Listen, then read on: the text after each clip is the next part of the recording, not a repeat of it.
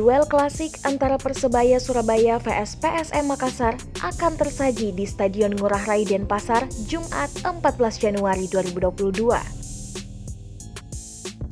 Pada laga pekan ke-19 ini, PSM Makassar membawa misi bangkit dan bergerak dari posisi papan tengah klasemen sementara. Pelatih PSM Makassar Jupp Gol meyakini anak asuhnya bisa tampil semakin percaya diri. Putaran pertama, PSM bisa menekuk Persebaya Surabaya dengan 1-3. Apalagi pada pertandingan sebelumnya, PSM bisa mengalahkan Madura United 1-0. Kemenangan itu menjadi torehan positif PSM Makassar. 5 pertandingan sebelumnya hanya bisa bermain dengan hasil 3 kali imbang dan 2 kali kalah.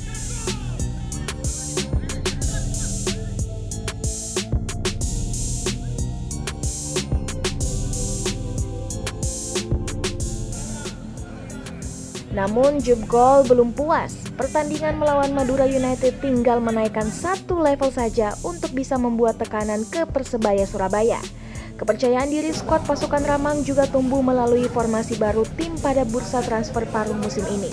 Jupp Gol memastikan formasi yang akan diturunkan pada laga kontra Persebaya Surabaya tidak jauh berbeda saat melawan Madura United. Pelatih asal Belanda ini pun memastikan tidak ada pemain dari skuadnya yang akan absen.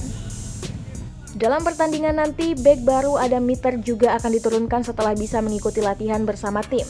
Gol-gol Mebrahtu belum bisa dimainkan karena masih menjalani karantina.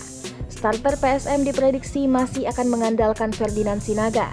Anak asuh Jupp Gol mengaku siap menghadang lini serang Persebaya Surabaya yang dikenal sangat lincah.